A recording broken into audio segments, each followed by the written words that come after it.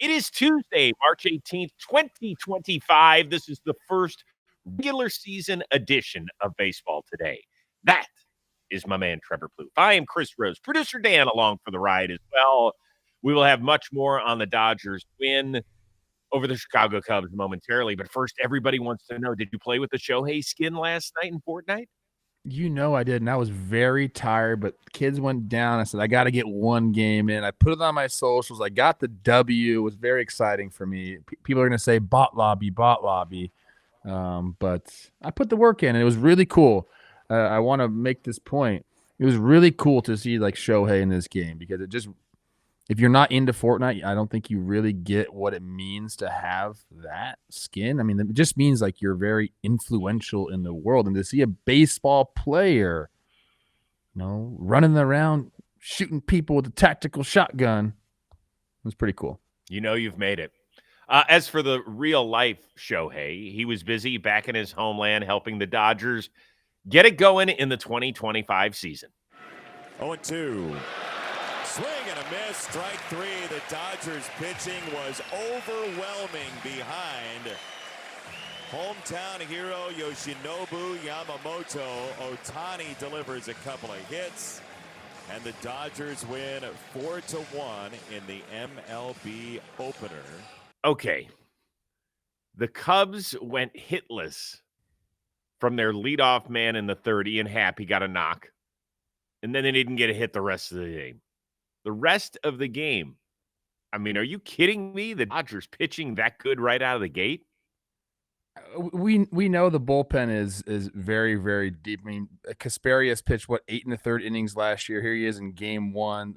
I believe the bullpen 4 innings pitched, 5 Ks, no base runners. It's they're going to be a problem, Chris, because as we're going to talk about in this show, the Dodgers were without Mookie Betts and Freddie Freeman, still put up 4 runs. Did enough offensively, and you're right, man. If they have the lead, towards the end of the game, they just have so many different weapons to close the game out. I mean, this is going to be a common theme, I think, throughout the season. We're going to be looking at this team and saying, wow, like they really are. It's the deepest roster in baseball, and you could probably say the deepest roster in baseball in 20 years. I don't know. I don't even know what the number is. Oh, I would say it's probably longer than that. Yeah, I agree. It's shocking. Yeah, it is. Yamamoto is a really interesting guy because I think you tend to forget he is the highest paid pitcher in the sport, right? And he was fantastic in this game, really settled down, gave them 5 tremendous innings. If you look at his stats from last year, and you'll remember he got injured in June, and then we didn't see him again until September, so he only had 18 starts. He only had 5 innings per start. He was really good. I think his ERA plus was like 129. So he was very solid when he was in there. I think he had 105 strikeouts in 90 innings. The numbers are good. They don't jump off the page at you. But now that he's got a year under his belt, does it feel like he could end up being a top 5, top 10 pitcher by the end of the season? Yeah, I think so. I mean, there's definitely the chance of that. And those numbers kind of do jump off the chart to me. I mean, you're talking about first season facing major league hitters, and that's what you put up. That's to me, that's very impressive. And he is he has the pitch. I mean, if you can throw your splitter and you have other things to back it up, it's just not a common pitch in the big leagues. And we're seeing that more and more, whether it's from guys coming over from Japan or guys just picking it up. Like that it's a very difficult pitch to hit. I mean, it's a swing and miss pitch. So I have very, very high expectations for him. I have very, very high expectations for Sasaki because they have multiple weapons to get you out. And it's just when guys come over from Japan, the work ethic is undeniable. Like these guys are going to put all the work in. Their main focus is always baseball. And to me, that's what separates guys when they come over here and they continue to get better and they have the dedication like these guys do. I mean, I just have the highest expectations for both of those guys. The big difference obviously in this game was number one, the pitching staffs. The Dodgers, 9 strikeouts, 1 walk. The Cubs, 9 strikeouts, 8 walks. Yeah. Their defense was a little shoddy at times as well. You can't give the Dodgers extra outs. Offensively, it was all about the Shohei show, right? We were wondering what exactly was he going to do in front of his hometown. Well, he got a knock early in the game. He ended up leading ninth with a double. They played it another run. It was a big game for him. He told Harold Reynolds of MLB Network through his interpreter afterward, the heart was beating pretty quickly. It's been a while since I was nervous, but today definitely felt it. I've been nervous too of my billboard. I was on every billboard, every commercial. That's got to be different, right? It's just a very unique environment, a unique situation where I do feel that the fans are expecting me to get some hits. So that was a little bit different. You know what? I love it that he's owning all of that he did feel the pressure. And, oh, by the way, it didn't seem to bother him. No, not at all. I mean, I don't even know what that's like, Chris. I mean, and I don't know how much time he spends in Japan in the off season, but like during a baseball season when the focus is it wasn't solely on him. Obviously, there's other Japanese stars there, but it really felt like it was the Shohei kind of homecoming right there. I can only imagine, I'm sure there's a mix of pressure, he's got to be ecstatic and he's got to be happy to play in front of his home crowd. But along with that, it comes the nerves. I mean, every time, I would come to LA to play and you have all your family there. Obviously, that's in a much more abbreviated version of what we're seeing here. But like, even then, talk to guys that go play back in their hometown. Like it just sparks something in you. And I can only imagine when you have an entire nation watching you, what that means. But we've seen this guy in the highest pressure situations that you can be in the game. WBC, Mike Trout at the plate, winning it for your country. He gets it done. World Series with the Dodgers versus the freaking Yankees. You get the job done. I mean, I don't think anything faces Shohei Ohtani. Didn't you want to play show and tell? What do you have? Yeah, so I've had this for quite some time. This is actually from when he was on the Angels, but this is like, I think, the coolest card that I own right here. And it is the Shohei Pokemon version here. I believe it's by Keith Shore, and it was Topps Project 70. It's just so cool, man. And the Pokemon were on full display during the intro tonight. Obviously very big in, Japanese and American culture, but I don't know. I thought it was cool to show that. I think Banda, the left-hander for the Dodgers, actually went to the Pokemon shop and took his son there. He's a big Pokemon guy, and so I think that was probably a pretty good experience for him. We should be over there, Chris. Hey, I don't think Fox sent their announcers, Benetti and Brzezinski. I think they were doing it from the studios in L.A. I know that Joe Davis went over there with, I believe, Eric Karros, and I saw Steven Nelson over there and Kirsten Watson. So I think the Sportsnet LA crew went, but I don't believe Fox went. So, Plouffe, you mentioned earlier that the Dodgers played without two of their three position player MVPs, right? Mookie is sick. He's lost 15 pounds. By the way, if that's the way to lose 15 pounds, I'm not saying sign me up for an illness or anything, but you'll take it any way you can get it. Right, got to think about it a little bit. Freddie Freeman re-aggravated the rib injury that bothered him last year in the playoffs. He said, still 75% chance that I play in game 2. But it's interesting. You look at that lineup. So it's Shohei, Edman, Teoscar, Will Smith, Muncy, Kike, Conforto, Miggy Rowe, and Pages. How many games does that lineup win you? Seeing Kike right in the middle of the lineup is something else. Usually that's reserved for the playoffs with Kike, but to see him... He hit 6th. Oh, my gosh, Teoscar. I'm looking at the box score right now. Wrong, Hernandez. Yeah, 2 Hernandezes. No, how many does that lineup win right there? Not as much, Chris. I don't know. But still, I guess my point is I guess with the pitching and that lineup, this is you're putting me on the spot here. I mean, is it a 90-win team? I'll give it a 90-win team. Yeah, with that bullpen and with that starting rotation and the guys that are eventually coming back. Maybe not, Chris. I'll give 90 wins. 90 wins. Maybe. Still, I think you could do worse than that lineup, I suppose is the point. Okay, so let's move on to game 2. Justin Steele going for the Cubs. Roki Sasaki making his Dodger regular season debut back in Japan, 23 years old. Came over when anybody could afford him, right? It wasn't the Yamamoto contract. Had he waited 2 more years, it would have been that deal. Instead, he wanted to pitch for the Dodgers. So I don't know. What are your expectations for his first game? And then what do you expect to see throughout this season from him?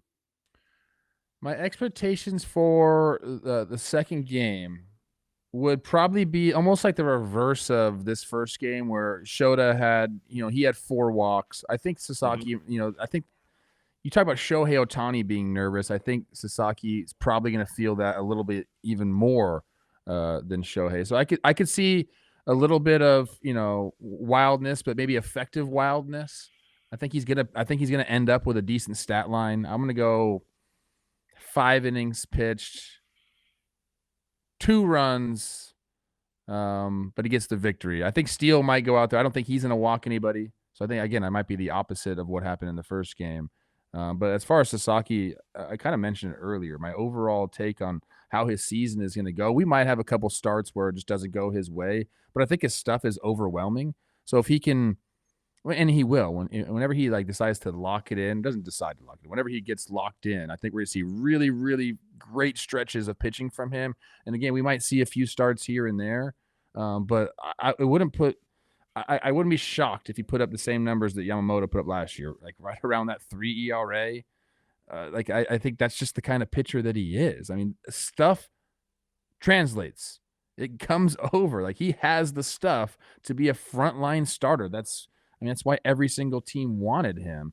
Again, I think there might be a little bit of a learning curve, but if he just is who he is as a pitcher, he's gonna get big league hitters out, and he's gonna put up like I said, I think it wouldn't surprise me if he had right around a 3 ERA, maybe even a sub.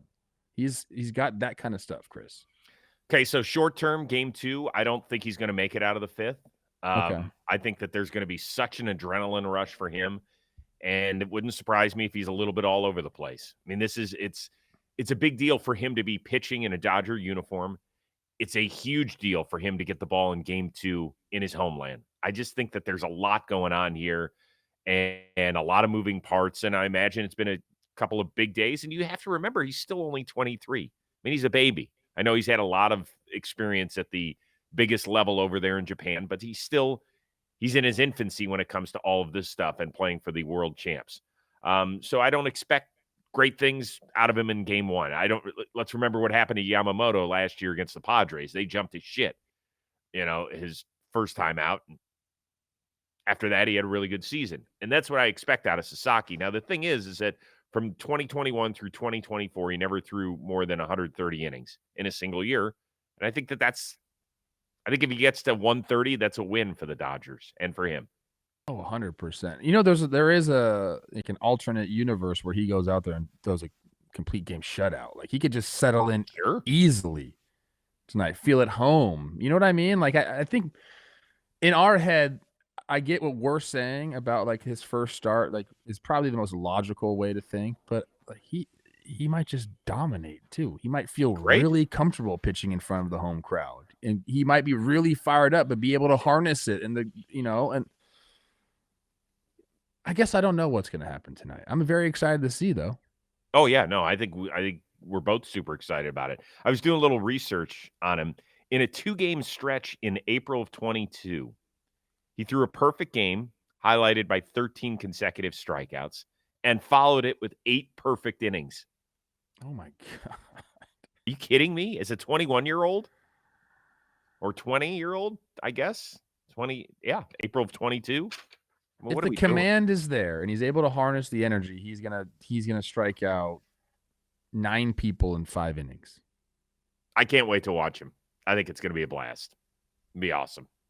All right, today's episode is sponsored by Best Western. Life's a trip, so why not make the most of it? With over 4,000 hotels worldwide, Best Western is there for every detour, destination, and unexpected turn along the way. Whether you're hitting the road, traveling for work, or chasing the next big game, there's a room waiting for you. But a great stay isn't just about rest. It's really about what comes next, because travel isn't always predictable, but that's what makes it great.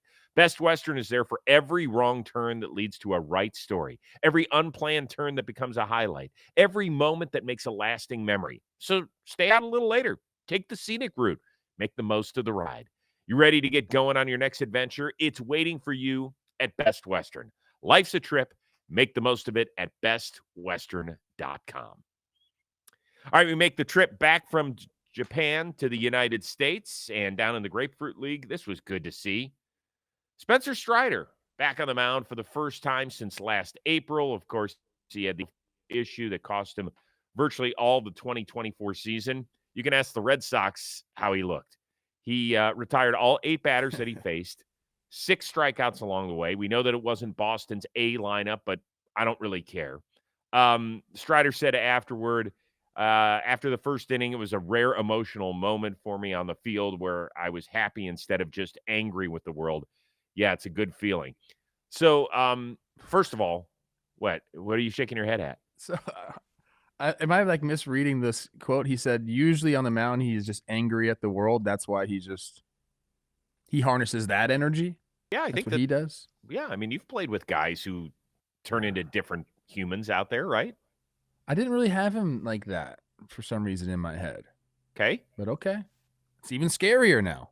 Yeah.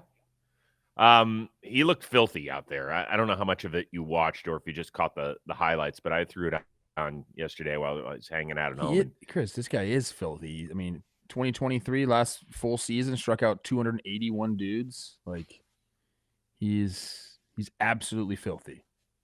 Sale called him the most talented pitcher on the staff.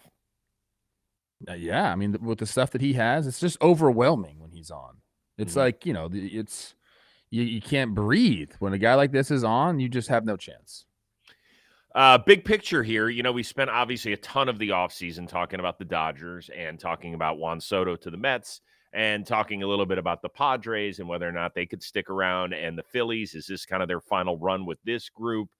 We talked about Arizona because they could be a little bit of a sleeper team. We didn't spend a ton of time on the Atlanta Braves because it felt like when you look at the additions as opposed to the subtractions, that the subtractions line was a lot longer than the additions line.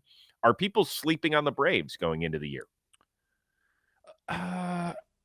Kind of. We just did the Braves TPP, me and Jake, and we went over the roster. First of all, the roster is incredible. I think they only have like really one decision to make, and that's at shortstop. Like, are they going to keep running Arcia out there? They traded for Nick Allen. Could he be, the defensive whiz, and they get the offense from another spot? I think people are also seeing some of the early season injuries. Sean Murphy is going to be out. Acuna is not going to be back until, end of April. Strider is going to miss the beginning of the season as he gets ramped up. So you're seeing that paired with a couple, Olsen didn't have his best season last year. You see that, and maybe we are shortchanging them, but their like over-under line that like Vegas puts out is fairly high. It's 93.5 wins. So I don't think they're underrated in that aspect, but I think some people maybe have some sort of recency bias against them because of what happened last year and the injuries, and we're seeing some injuries to start the year already. So I would say maybe we are. I actually, spoiler alert, I'm probably not supposed to say this. I took the under on that, and I want to go back and change it. Like I think this team might run off 95 wins this year. Like they're still a very, very stacked roster. And you think about the pitching stuff. If Strider comes back and throws a full season, you have Strider, you have the guy that just won the Triple Crown in Chris Sale. Ronaldo Lopez pitched to a 1.99 in his first season as a starter. Schwellenbach was absolutely filthy. Like they have kind of everything that you need. So, I mean, depends who you are, I guess. Like some people might be underrating them, but you probably shouldn't be. Yeah, they're relying on a lot of their guys to get back to health productivity in the lineup, right? And I'm not talking about Ronald Acuna, whom we'll probably see in May, is my guess. But I'm talking about there were 5 regulars that missed at least to the season. It was Albies, Harris, Riley, Murphy, and Acuna. I mean, when you're talking about more than half of your lineup and a lot of productivity right there, that all of them missed at least 2 months. They still won 89 games and made the playoffs. I know. And then not everybody played up to the back of their baseball card. Really, if you look at it, the only guy that's returning this year is Marcell Ozuna. He was the only returning player from this team that had higher than a 790 OPS, right? Matt Olson, you don't need him to hit 54 homers, but you need him to be better than he was. Riley was inconsistent. Michael Harris was inconsistent. So they're relying on the guys that they have paid to be in that lineup to go back and being who you were when we won it all in 2021 and since then. And I expect it. I expect those guys to be exactly who they've been throughout their career, except for 2024 in some cases. Yeah, they don't have like a bunch of organizational depth, at least from what I saw. Braves fans, let me know if I'm wrong here, but it is. It's the big league team is the big league team, and if those guys get hurt, there's nobody knocking on the door, trying to get an opportunity necessarily. At least they can play up to those guys' standards. So yeah, they just that is obviously the big key for them is staying healthy, because the roster on paper, when everybody's in that lineup, it's scary. And I mentioned all the pitching that they have now. It's 93.5 wins was tough for me. I said maybe they win 92 games. It's a tough division, blah, blah, blah. But I'm thinking they might run off, a really nice season. There are some people that are making the argument that even though they lost Fried and Morton, that when you add back Strider and, God, I don't know who else they were mentioning that would have been in the rotation to replace Charlie Morton. Who am I missing here? So it's Sales, Lopez, Schwellenbach. Who am I missing here? Grant Holmes, I guess. Grant Holmes at the end of the year pitched really well. Ian Anderson still there. They have some rotational depth. So do you think that with the return of Strider that it's a better rotation than the one that we left them with at the end of last year? I don't know, because Chris Sale was the Triple Crown winner last year. Do you expect him to do it again? I'm not really sure. Yeah, I don't. If you ask me to pick Strider or Fried, that's a difficult decision for me, because I want to say Strider because he's like more of a strikeout guy, but go look at Fried's numbers. I mean, you know what could be the difference is if Schwellenbach takes a huge step, and he was great last year, but I know that Peter Moylan, just talking with him a little bit when we hang out at the warehouse, he loves Schwellenbach. He likes how much. I mean, he was pretty dang good last year, Chris. But he likes Schwellenbach better than Strider, I believe. I have to go back and I'll see him this week, and I want to make sure that I heard that right. That he likes him because of his. He thinks that he's not going to break down, and that's the worry with Strider, is that he throws with so much torque and everything. Don't quote me on that. I thought that's what Peter told me. So, Peter, I apologize if our discussion was wrong on that. I thought that's what you said, but I could be an idiot. Also, Jerks and Profar. You're adding him coming off of his best season. So that's nice, too. All right, Spencer Torkelson. I don't know if you heard about this, but he played his first game in right field since the 2018 Cape Cod League. Didn't have to catch a fly ball. He did chase down a triple. He was out there for 5 innings. Detroit says Torkelson's still considered a first baseman / DH, but they want to have the positional versatility, particularly with some injuries going in the outfield out there in Tigerland. Do you think that this is the year for the number 1 overall pick in the 2020 draft to finally grow up and flourish? I mean, I feel like when you get to a point where, and how many, let me see where he's at in his arbitration status. Well, I can tell you where he is in his at that status. He's had 1,300 career at bats. We've talked about that before. That's right about the time where it's you put up or shut up. They say that's when you know who you are as a hitter. Mm-hmm. Okay, so what do we know? So he is entering his 3rd year of big league play. So after this year, he'll be eligible for arbitration, which means the salary starts to bump up. Right now, he's still making league minimum. It is. I mean, this is the time where if you don't show that you are a productive major league player, like they're not going to give millions of dollars to you. They're not. So yeah, I mean, he has to do it this year. You might get. A lot of times you might get 1 year. Your first year of arbitration is, you're going from making $750,000 to 1.5 or something like that million. So they might keep you around there because they have a lot of money invested in this guy as the 1-1 pick. So you might get another chance there. But when you start bumping it up and it's $3-4 million and that money can be spent somewhere else, like that's when they have to start making these decisions on you. So is it going to be his year this year? I mean, last year, 295 OBP. That's pretty much what he's been at his entire career. The slug needs, if you're going to be that kind of guy, the slug needs to be there, and it really hasn't either. And he's hit 30 homers that 1 year or 29, but he hasn't really shown the consistency. So I don't know, Chris. I mean, I guess to me, it's like you got to prove it. I don't know if he's going to be like a tune guy against lefties. You know, his OPS was right around 800 last year in that area, but it was just in 89 plate appearances. He did hit 4 of his 10 home runs against left-handed pitchers. That could be a route for him if that's what it's going to be. Like, that could keep him in the big leagues if they decide to just platoon him and he continues to mash lefties. Sure. Yeah.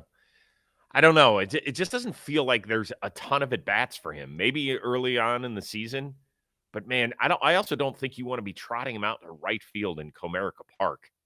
Like, I don't think that's the best place for him to be experimenting at the major league level playing outfield. Because, by the way, I mean, you'll do at this point, right? You'll do whatever it takes to get at bats. But you told me recently on a show how terrified you were in the outfield because you were a natural shortstop coming up. Yeah. This guy is an infielder. So now you put him in one of the most spacious right fields. He's already having trouble being consistent at the plate. Why the hell do you want to give him something else to think about out there?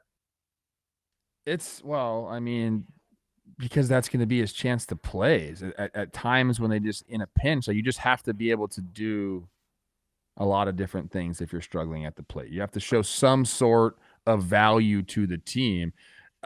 And he's a big boy. Like, you know, we've seen guys move from the infield to the outfield and have success. Although it's not a lot of guys. Alex Gordon comes to mind. Obviously, like Tatis and Jackson Merrill. Alex Gordon was a great athlete. That's my point here, Chris. You know, I think he's a little bit different. On top of that, he's not Al Kaline out there. He's not going to be winning Gold Gloves and chasing balls down and throwing guys. It doesn't. That doesn't feel right. To be honest with you, as an outsider, and once again, Tigers fans, correct me if I'm wrong. If I'm putting Torkelson at first, Colt Keith at second, Sweeney at short, and I'm moving Glaber. I don't give a shit. I know he didn't do it last year for the Yankees in the playoffs. Go play third base. They're like, well, we don't know who's playing third base right now. Go make Glaber play third base. I mean, he's kind of hanging out for dear life in what he is as a Major League Baseball player. Wouldn't that be the best shot at this whole thing? I don't know. Maybe I could be wrong. I think we got to get Torkelson hitting.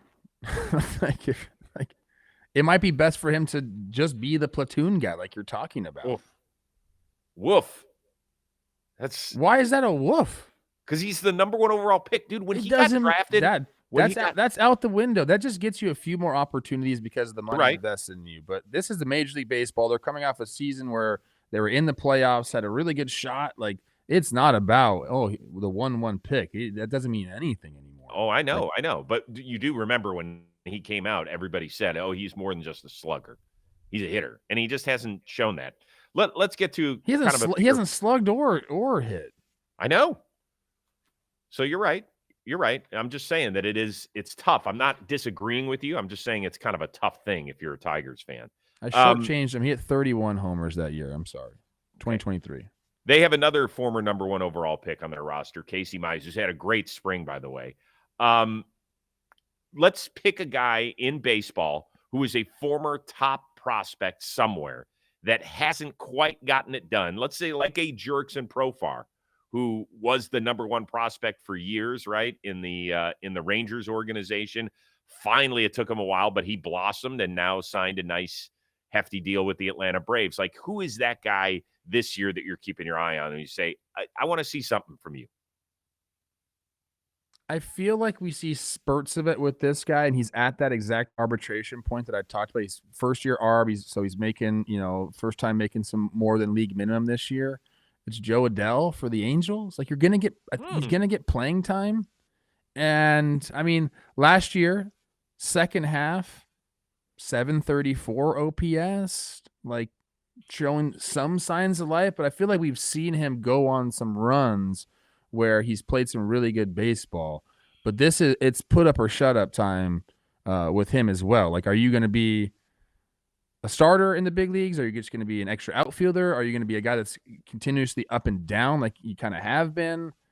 because you are not going to go to your second year of arbitration and make $3 or $4 million if you're not putting up the numbers. So he's only 25, I think. He is 25. He's turning 26 this year. It is time. It's time. There's a lot of guys around the league that they're in a similar situation. But for me, I look at Joe Adell, and he has the tools to do it. And the pressure is now on him, and it's either put up or shut up. It's a great one. I love that answer. My guy is a little bit younger. He's a former top 5 prospect throughout all of baseball. He has broken camp with the team each of the last 2 years, only to be sent down in April. And I think that the franchise has mishandled his situation as well, but he has to take some ownership in this as well. That's Jordan Walker, the St. Louis Cardinals. I know he had a little bit of a knee injury, missed about a week and a half in camp, but he's back now. He's going to be their right fielder, I think. But they have to let him play this year. Like, if he fails, so he fails. This is not a year where you guys are competing. You all have to hit the reset button on the fly, and that means letting young guys hit.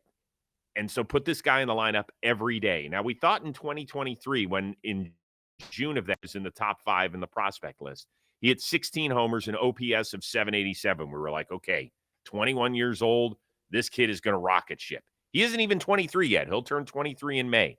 So he's got time, but even he admitted this whole process has kind of gotten into his head a little bit. He said, I had dreams of being an all-star, World Series, about being in the Hall of Fame. He said, this right here is not the stuff you dream about, being in the hot sun at 7 a.m. and putting in the work in spring training and doing that stuff. But this is where I am. This is what I have to do in order to get all of those things that I want. By all accounts, he's a great kid. He's well-respected, but he kind of, in reading some of these stories, he kind of lost the joy from 23 to 24. And last year, he only played in 51 big league games. I mean, when he got sent down, it wasn't like for 2 or 3 weeks, hey, figure it out, come back up. It was for months. We didn't see him till the end of the season. Stick with him. If he's going to succeed, awesome. If he's going to fail, you have to let him have a whole year to fail. That's the thing. I mean, the reason he's feeling that way is this is the first time he has struggled. I mean, in the minor leagues, 855 OPS, first year in the big league, 787 OPS, and then all of a sudden, you're not performing, at the level that you want. It hurts your soul a little bit. You start to question a lot of things, but you have to get over that. You have to get over that. This is what you have to do. Hey, it's the big leagues. Everybody's good. And I'm a hitter. I'm going to fail quite often, actually. But it's the guys that can say, so what? And understand, like, I belong here. Even there are times where you feel like you don't. You have to keep telling yourself that. You get in these situations, man, and I talk about the difference makers between guys that can, like, stay and have successful big league careers. A lot of it's work ethic and continuing to get better and putting the work in. But maybe even more so, it's just the ability to put things behind you and move forward and still have confidence even when you're getting beat every single day. That's the difference maker. So he's a young kid. I would say that I used to would have said a lot of veterans on that team that could help him out. I think there's still somewhat there that can help him out, but they have to get that message to him. Mm-hmm. That's probably fair. I hope that's happening for him and for the Cardinals. All right, so we're a little bit more than a week away from opening day here in the States. And so one of my favorite things to do is to find out what are the new concessions at some of the ballparks. So we're going to run through a bunch. If you're audio only, we apologize. Get on over to our JM Baseball YouTube channel. You can check them out. This first thing from the Astros is the Daddy Mac dog. It's got a foot-long Angus beef frank, chopped brisket, mac and cheese, sauce, crispy dill pickle, goes for almost $16, I believe. Are you interested in eating that? Like, this one I'm okay with.